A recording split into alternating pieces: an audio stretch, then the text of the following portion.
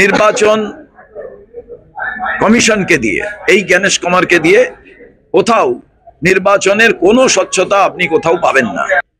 দেখুন, অনেক আগে থেকে আমি একটা কথা বলছি, নির্বাচন কমিশনের যে পবিত্রতা আজকে জওহরলাল নেহরুর জন্মদিনে দাঁড়িয়ে বলতে হয়, সেই পবিত্রতা যা জওহরলাল নেহরু তৈরি করেছিলেন, সেই পবিত্রতা ধ্বংস করে দিয়েছে এই জ্ঞানেশ কুমারের টোটাল পার্টি। দীর্ঘদিন ধরে নির্বাচন কমিশন নামক যে সংস্থা, তাদের আর বিশ্বাসযোগ্যতা আর ভারতবর্ষের নির্বাচন প্রক্রিয়ায় মানুষ বিশ্বাস করছে না। স্বৈরাচারী কোনো দল, তার বিরুদ্ধে গণতান্ত্রিকভাবে তাকে সরানো যায়নি। মানুষ যদি রাস্তায় নেমে এসে এই স্বৈরাচারীদের বিরুদ্ধে রুখে দাঁড়ায়, তবেই সম্ভব হয়। এবং আমি মনে করি পুরো রেজাল্ট আসুক, তারপরে বলা যাবে। কিন্তু এটাই স্বাভাবিক। আমি বারে বারে বলেছি, এসআইআর আমরা মানি। সাংবিধানিক প্রক্রিয়ায় পলিটিক্যাল মোটিভেটেড এসআইআর যদি না হয়, সংবিধান মোতাবেক যে আইন, সেই আইন অনুযায়ী যদি এসআইআর হয়, কারুরই মানতে আপত্তি নেই। কিন্তু টোটাল একটা ব্যাপার একদম জেনে রাখবেন, এই নির্বাচন কমিশনার, এই নির্বাচন কমিশনকে দিয়ে, এই জ্ঞানেশ কুমারকে দিয়ে কোথাও নির্বাচনের কোনো স্বচ্ছতা আপনি কোথাও পাবেন না। এক, স্বৈরাচারী পার্টিকে সরাতে গেলে যেটা প্রয়োজন,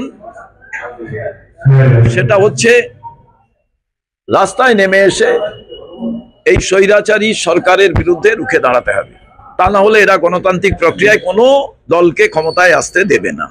আপনি কি মনে করেন যে আজকের বিজেপি বা এনডিএ জোটের যে বিহারের জয়, এই জয় এটা মানুষের অধিকার, মানুষের যে রায়, সেই রায়ের জয় নয়।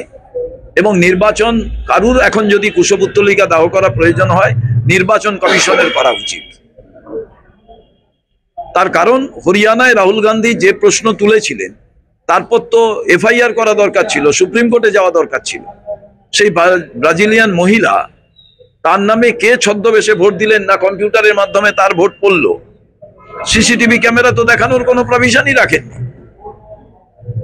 আবার আমি রিপিট করছি, সেটা হচ্ছে নির্বাচন কমিশনের স্বচ্ছতা, পবিত্রতা ধ্বংস হয়ে গিয়েছে ভারতবর্ষে। আর স্বৈরাচারী কোনো রাজনৈতিক দল, তাকে সরাতে গেলে গণতান্ত্রিক প্রক্রিয়ায় সরানো যায় না। রাস্তায় নেমে মানুষ যদি আন্দোলনে সামিল হয়, আনরেস্ট মাইন্ড নিয়েই তাদের সরাতে হবে, তা না হলে সম্ভব নয়। এটা বিহারের পরিণাম, হরিয়ানার পরিণাম, মহারাষ্ট্রের পরিণাম একই গতিতে চলবে। ওদের প্রয়োজন হলে ওরা কোনো সময় কাউকে জিতিয়ে দেবে, ইকুয়েশন যদি ঠিক থাকে। তা না হলে এই ফলাফল হতে পারে না। বিজেপি জোট দিয়ে বলছে এসআইআর করে বিহার পেলাম, এবার এসআইআর করে আমরা বাংলা পাবো। সারা ভারতবর্ষই তো হচ্ছে গণতান্ত্রিক ব্যবস্থাকে ধ্বংস করে ক্ষমতায় আছে, তো তারা বলতেই পারে।